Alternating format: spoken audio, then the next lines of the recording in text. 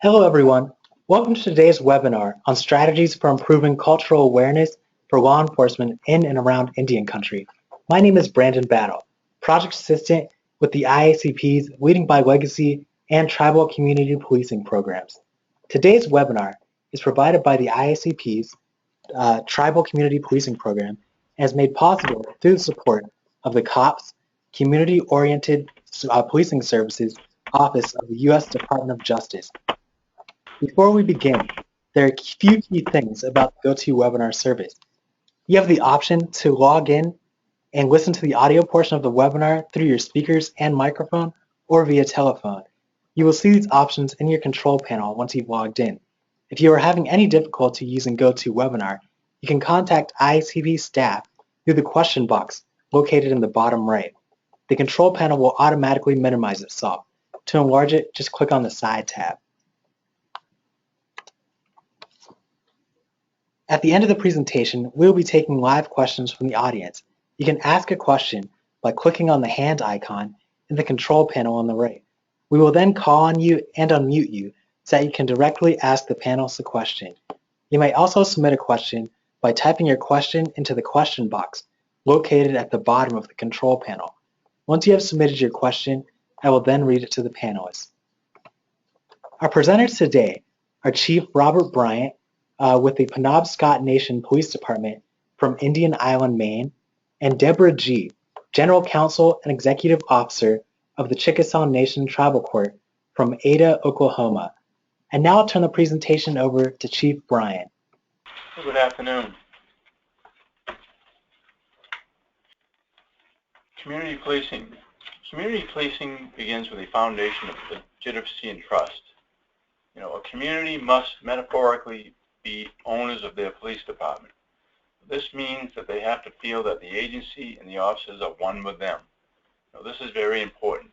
There has to be that sentiment that as stakeholders, they have input into the process of how an organization is going to serve them. Cultural awareness in law enforcement. The education and awareness of tribal culture should be an ongoing learning experience for all police officers in our organizations and also the non-native agencies that border our tribes.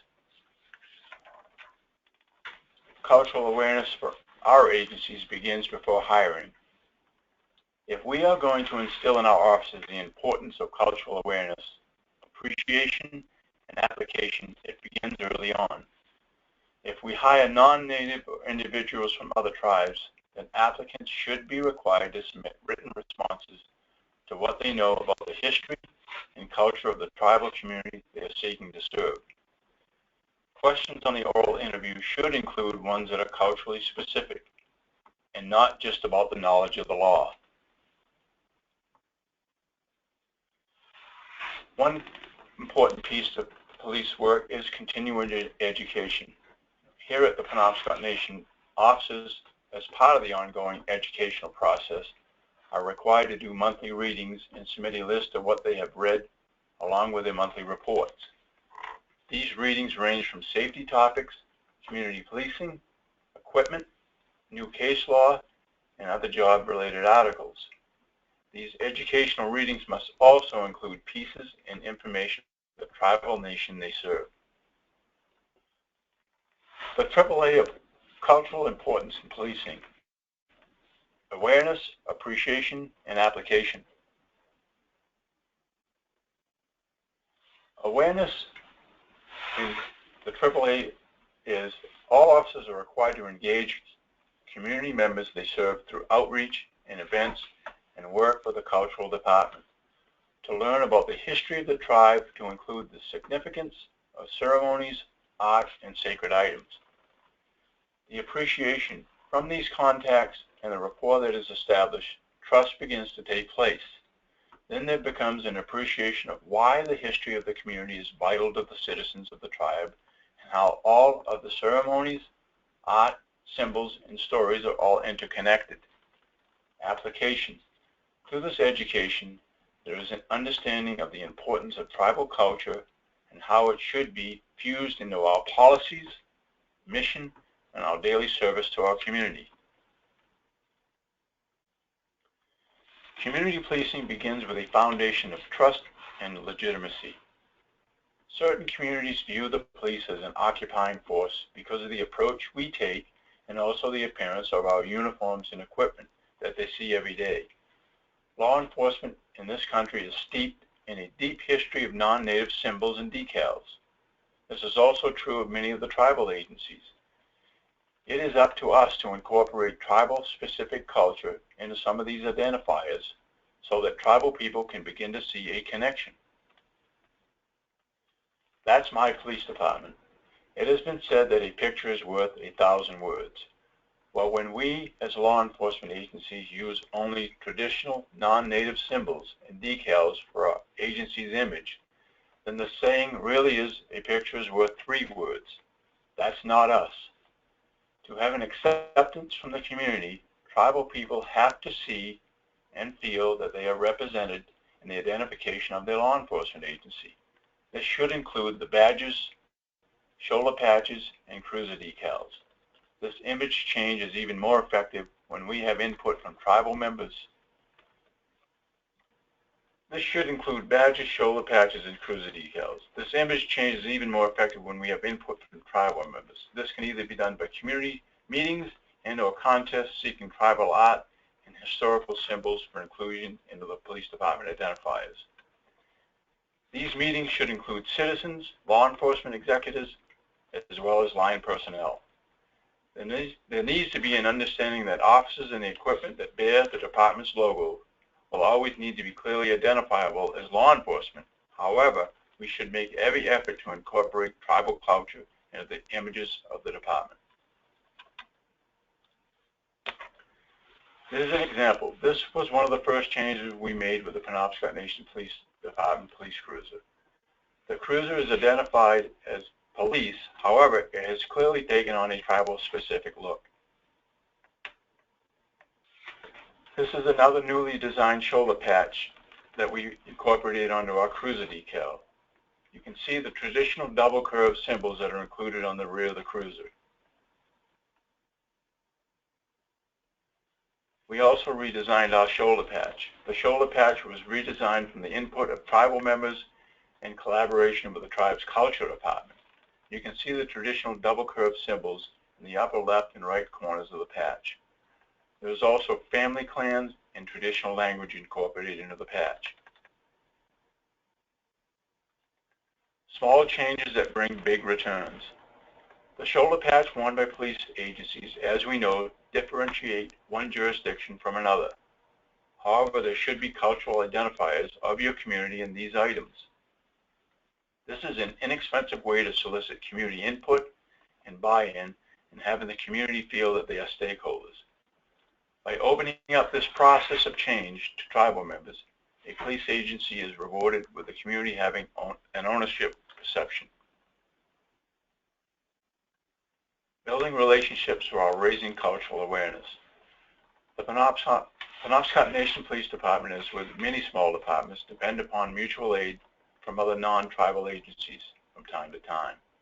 To overcome many of the jurisdictional questions and unknown of the tribal culture, we host trainings for tribal and non-tribal departments on the reservation. One of these is the Penobscot Nation Canine Program. Several of the neighboring law enforcement agencies in our area have canine programs and are required to have 16 hours a month of in-service training. This is sometimes difficult here in Maine because of the winter months, when we need large inside facilities for this training. So we utilize the tribe's bingo hall and invite the other agencies into our community. Another way to raise awareness and educate non-native law enforcement officers about tribal culture is, again, host trainings in your community, and as a part of the training, hold small contests with the attendees. The contests consist of questions about your community and your tribe's culture. You then use tribal crafts that are donated and/or purchased from the tribal artists as prizes. This not only educates the officers about the tribe's culture, it also exposes pieces of the tribal art to non-native communities. Finally, are ways to improve cultural awareness. Cultural awareness begins with awareness and must involve education and exposure to other cultures. This can be done by both inviting non-native people into your community for trainings and other events. We also must be willing to go into other jurisdictions for trainings and be ambassadors to begin to remove the obstacles that inhibit collaboration. Thank you, Chief Bryant. Now I'll turn the presentation over to Deborah. Thank you and good afternoon. My name is Deborah G., and I have worked for the Chickasaw Nation for almost 13 years. Most of my career has been spent either advising tribal governments or advising the federal government on Indian law-related subjects. One of those subjects has been in law enforcement and criminal jurisdiction. I am an enrolled member of the Navajo Nation, and I'm also affiliated with the Muskogee Creek Nation, and I've spent most of my life living and working in Oklahoma, which has its own unique history of relationships with tribes.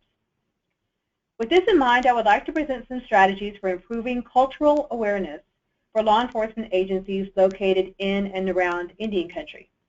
I realize that most of the audience today might be tribal law enforcement agencies themselves, which would like to hear more about some strategies that they perhaps could use at their agency.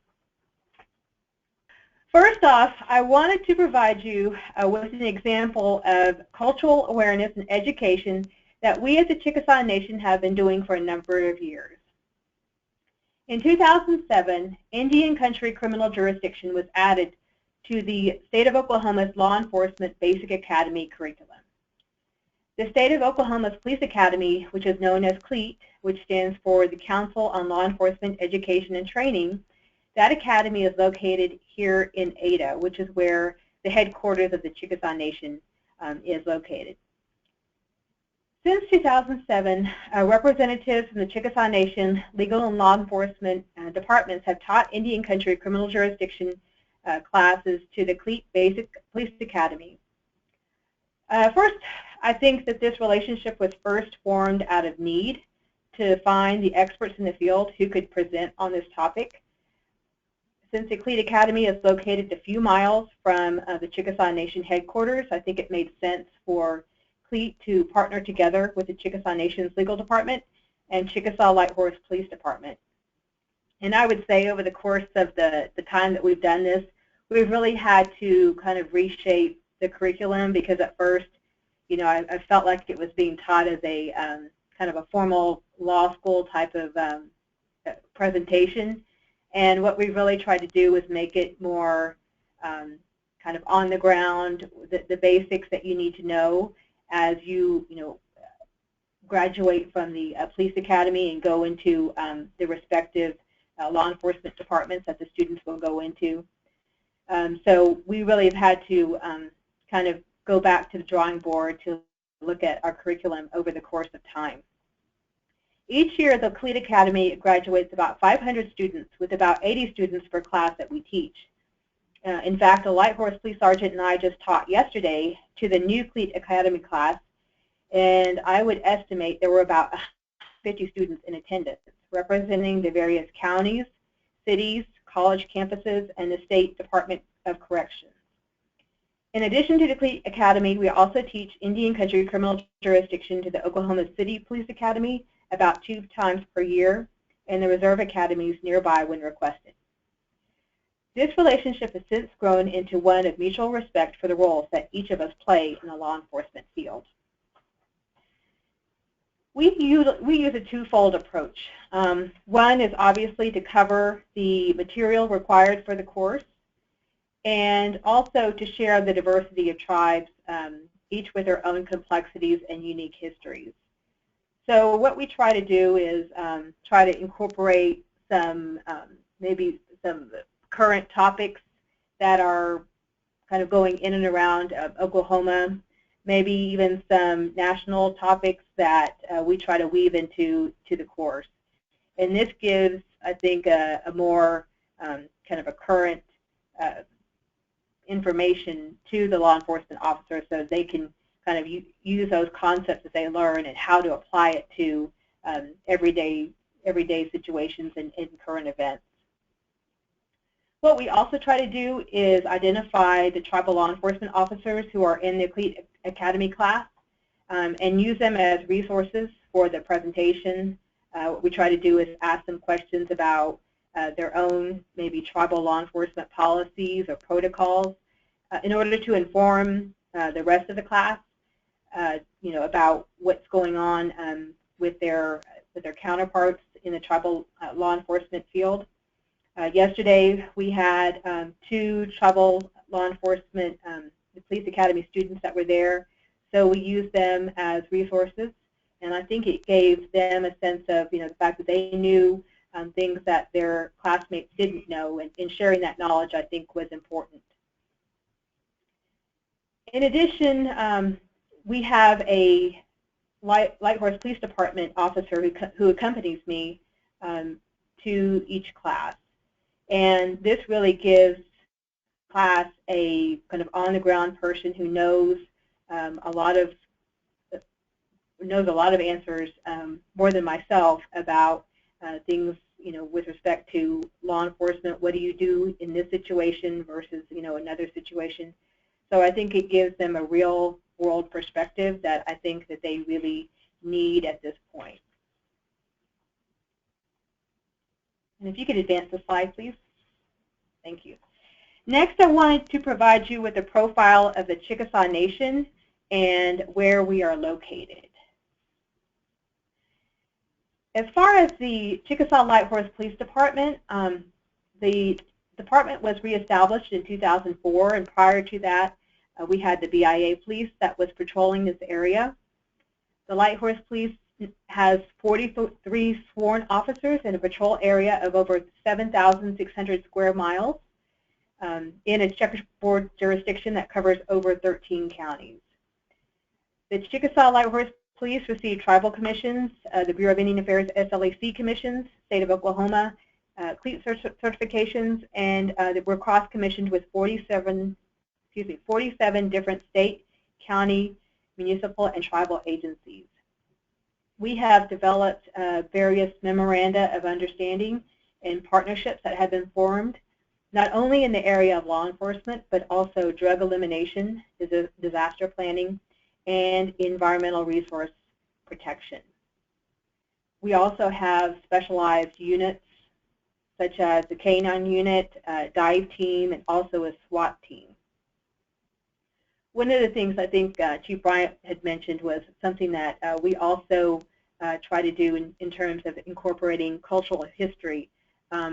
Those Light Horse officers who are non-native, who are employed by our agency, there is an opportunity within the Chickasaw Nation as a governmental employer for those officers to receive cultural history courses that are taught by our cultural center. And that can be part of an overall, like a professional development plan for which they can receive credit for that.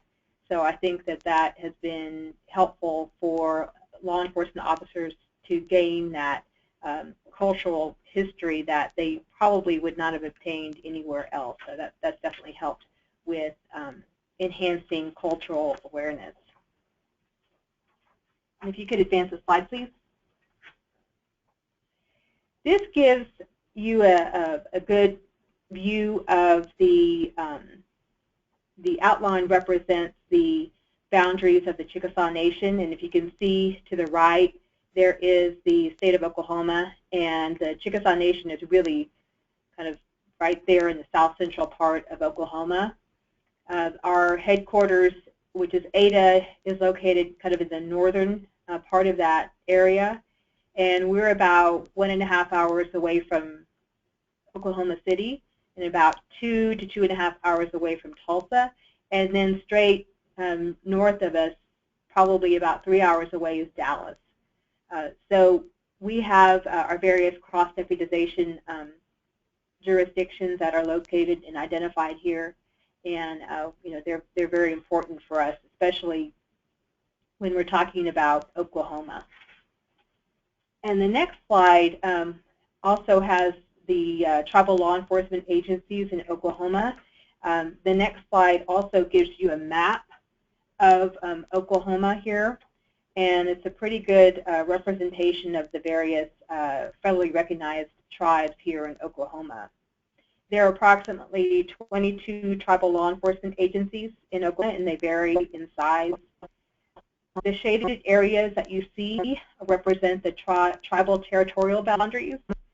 And if you can kind of envision within each shaded area, there's going to be parts of each boundaries that are going to have what we know as Indian country. So they can be tribal trust property, restricted allotments, maybe trust property held by an individual Indian. So they're going to be within those shaded areas. So if you can think about what we think of here in Oklahoma as like a checkerboard, you could have certain parts, say within the Chickasaw Nation, which you see in the center of Oklahoma, that's going to have different pockets, or like a checkerboard, different parts of that within the Chickasaw boundaries will be Indian country. And then you may have, say, a Burger King next door. That's the way it is here in Oklahoma.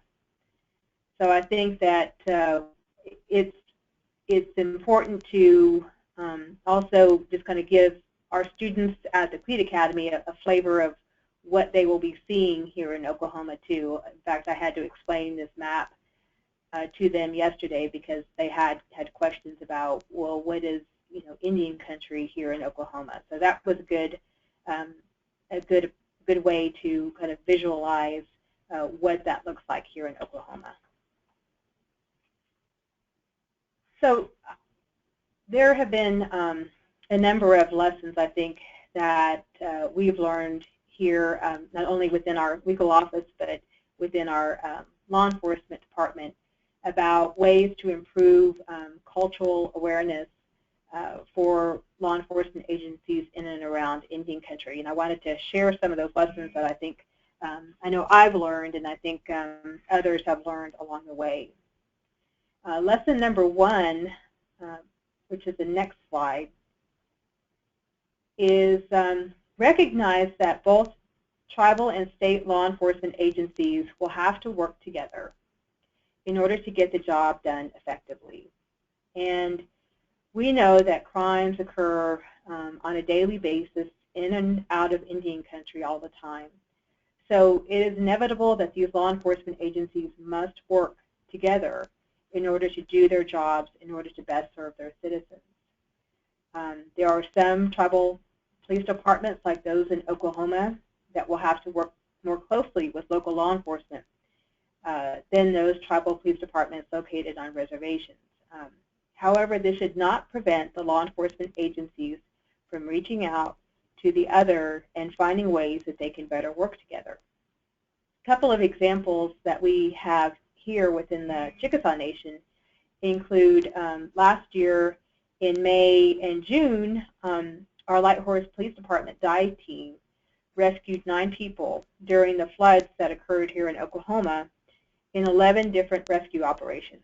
And we had pretty bad flooding last year, and so our dive team was called out to help with those efforts. And so I think that increased kind of our kind of the visibility of the dive team, and then also increased our relationships with the various local efforts.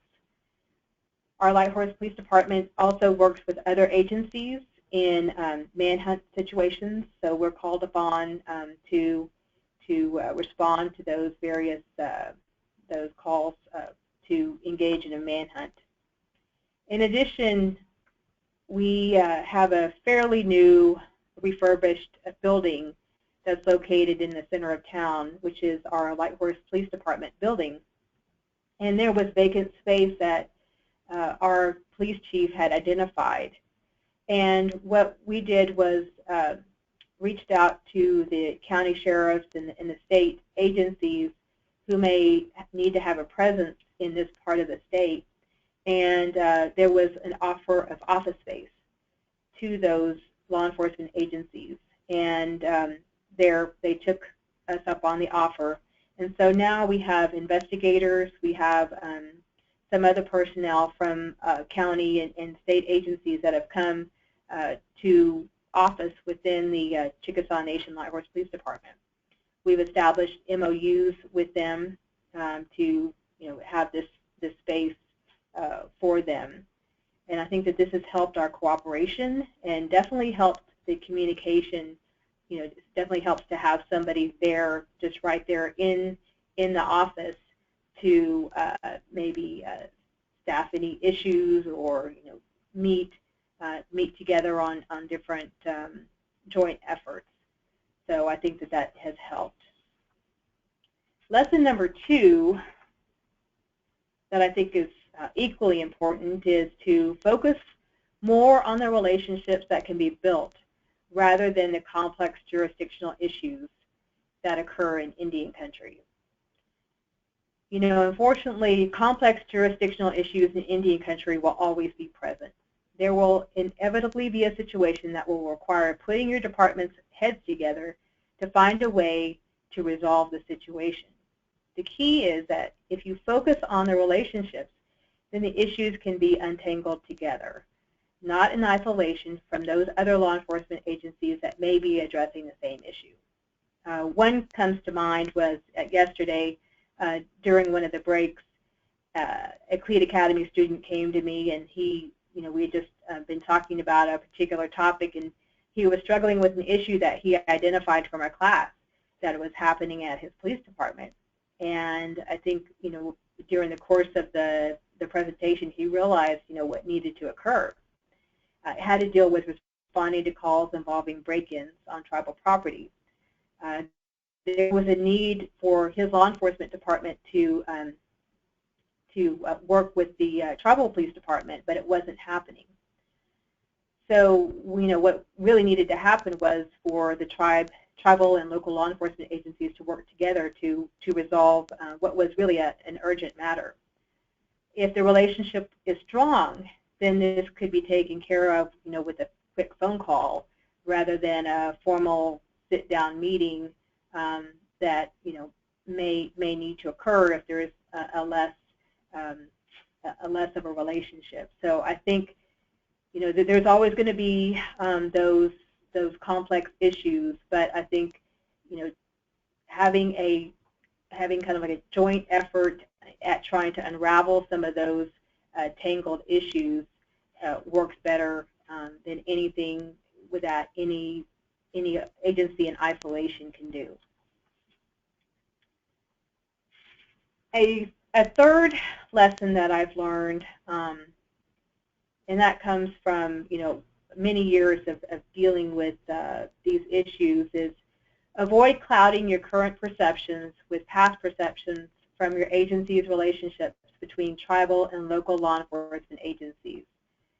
And really this has to do with some of the things that have occurred over time, whether or not your agency is dealing with it now, but people in various leadership positions, say within the county and city and even within the tribe, have long memories. The key is not to allow these perceptions to cloud your judgment, both as an individual and as a police officer who needs to form these relationships in order to get the job done. Where I see this occurring is when a formal relationship needs to be established, such as entering into a cross-deputation agreement. Like I said, there are times when people have long memories, and this sometimes gets in the way of addressing a need that is occurring presently. And the key is to avoid getting bogged down in the past and really trying to reframe the discussion or the need at hand. If it can be demonstrated that this old disagreement is now in the past, and I think part of that also is to communicate that message to the rest of your department, so your other officers won't have that same kind of the old way of thinking, then your department stands a better chance at keeping the past in the past and moving forward with the new relationship. So really trying to demonstrate that, both as possibly leadership that you all represent now within your respective law enforcement agency, and then also communicating that to your fellow officers within your department, I think is key. Some final thoughts that I think would be helpful is to make the commitment to initiate and cultivate the relationships necessary to foster the trust and get the work done. With any relationship, this may take time. Now, of course, you're not going to get it done in a day, but I think that being able to not only just maybe the chief, but maybe others who are involved in the various efforts of the law enforcement agency need to come together and make that commitment because it is going to take time. And I think that even though the Light Horse Police Department has, is a relatively new newly reestablished law enforcement department since 2004, I think we've come a long way in terms of cultivating those relationships on both a local level, a county level, and even a state level, and even a national level. So I think that it does take time, but it will come.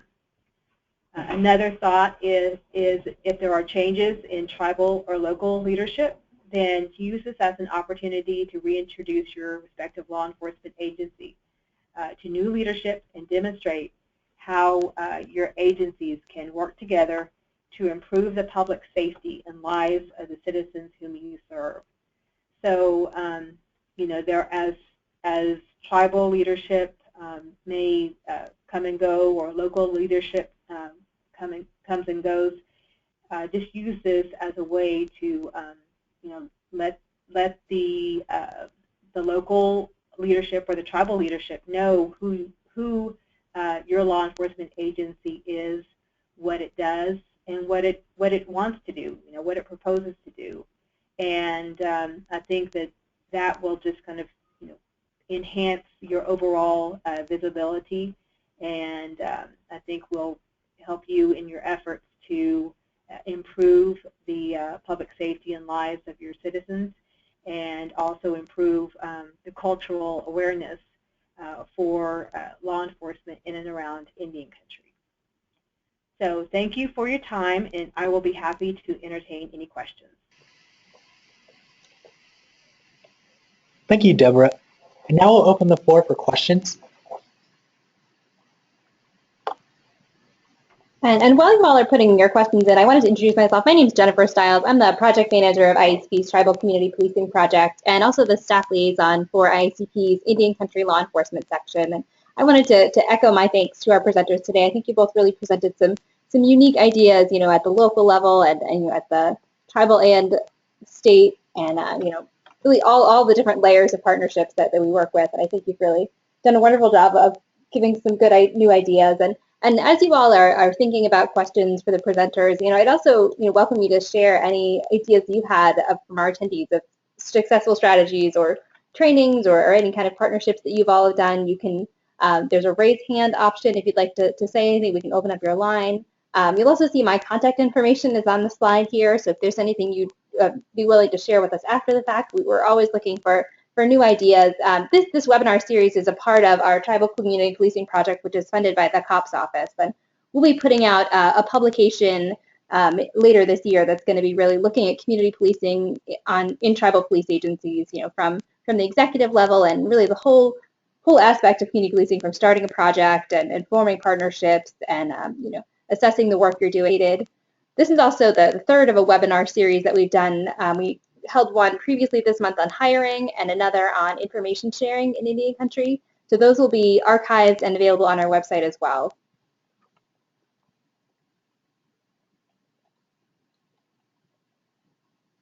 So at this point, I don't see any questions that